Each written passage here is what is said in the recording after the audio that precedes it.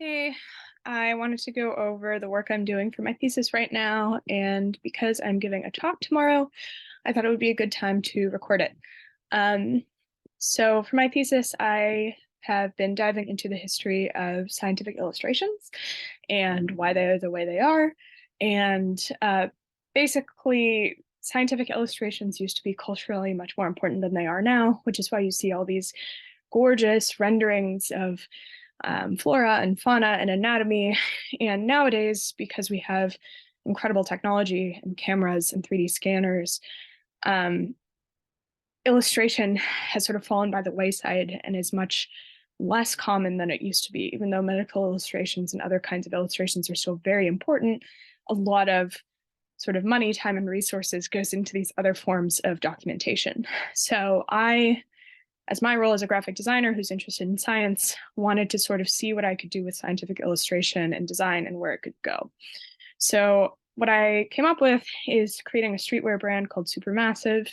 And basically, it's a thought experiment that if we create cool graphics, we can sort of like slip education into something like a fashion brand, which is really cool and exciting. And it's a thought experiment turned brand. I don't know how much of a real brand it'll become when I graduate, but this is what I've been up to now.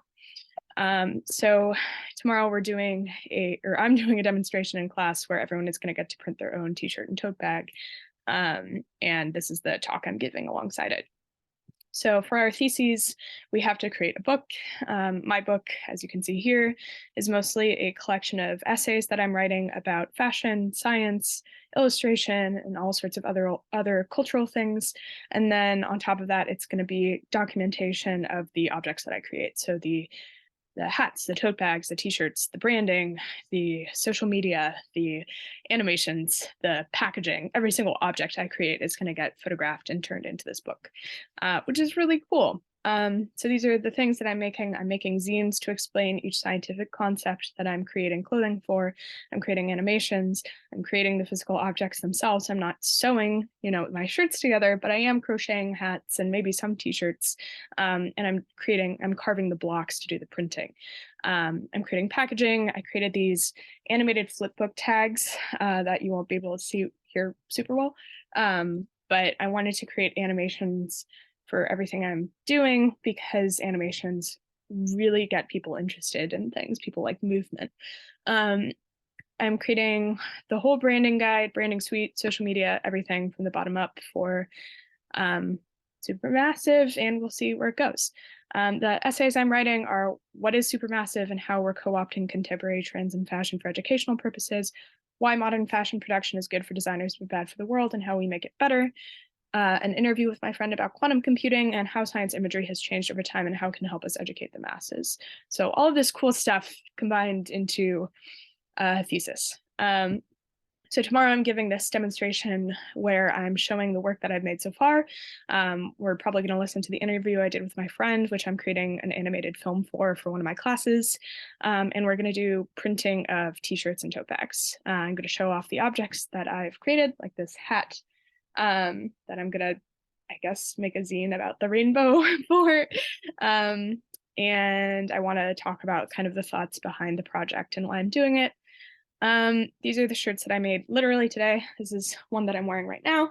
And they're really cool. And I'm actually really happy with how they've turned out. I have some training as a letterpress printer, which doesn't always translate into block printing and making things by hand, but just being able to make something out of ink and like feel the carving, feel the fabric makes it sort of worthwhile to me to be able to do all of these things on my own.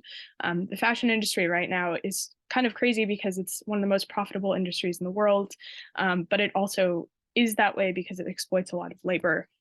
So I figured, even though I'm not sewing the shirts by hand, I didn't want to get the shirts printed by someone else. If I'm going to interact with something, I want to do as much of the handmaking process as possible, which is also why I've started crocheting hats and shirts and all sorts of other things, to try to make things from scratch, even if I can't make the raw materials from scratch or the clothing itself all the time. But it's really interesting. So these prints basically came about because I carved a bunch of rubber blocks, and each block has a symbolic meaning about a topic. So the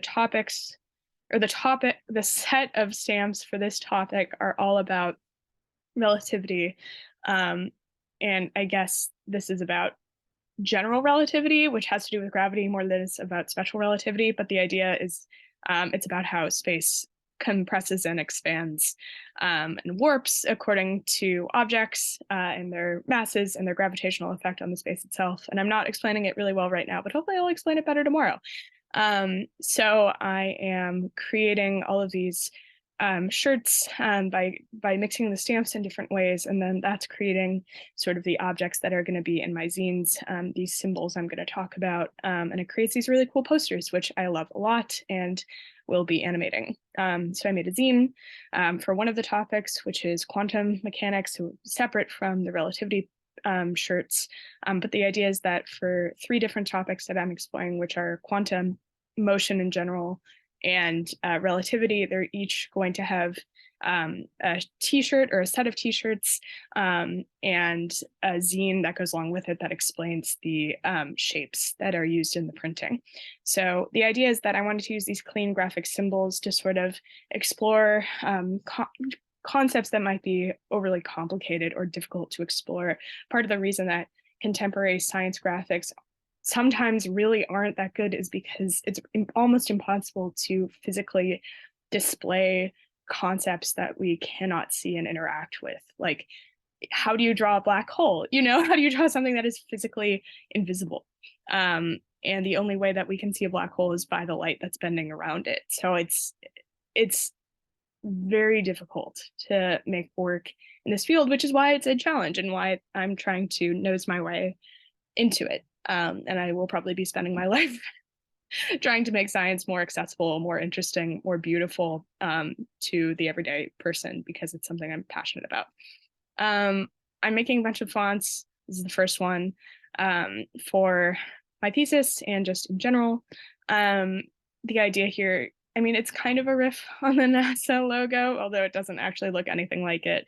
I also was making a bunch of worm and wiggle fonts beforehand, and I thought these kind of letters looked sort of futuristic, although they also really look sort of Art Nouveau and 70s, which is not the point of futuristic sci-fi tech design, but it looks cool. It'll look cool when it's done, hopefully, and I will start using it in my zines and whatnot.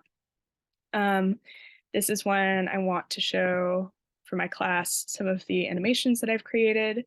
This is a minute and a half long piece I made for my other animation class, about what happens when you get near a black hole. And there's this thing that happens called spaghettification, which is the scientific technical term where objects basically stretch out and get really skinny like spaghetti. So this is a sort of exploration of that. And then I'm making another film about quantum mechanics based on the interview I had with my friend. So this is one direction for the animation from that, which has a very similar aesthetic to the previous animation. And I had a lot of fun making stuff like this. It makes me really happy. And this is a different direction that I might take. But yeah, I've been making a bunch of stuff, and it's all different directions, different ideas, different ways of working, and it's fun. So tomorrow I'm going to be helping everyone do a block printed t-shirt based on these blocks that I've created. Each block has a sort of meaning behind it. So there's like a plain, I don't know if you can see it on my t-shirt, but there's like a plain grid, and the plain grid is like, this is space. This is space without anything in it. And then there's a warped grid, and I talk about gravity, how it affects and warps space-time, and what that has to do with different objects in our galaxy, and how we can actually observe some of these things, I guess, indirectly. And it's really fun. So I'm excited, and there's a lot more in store, but it's been a lot of work and a lot of fun. And we'll see what happens next.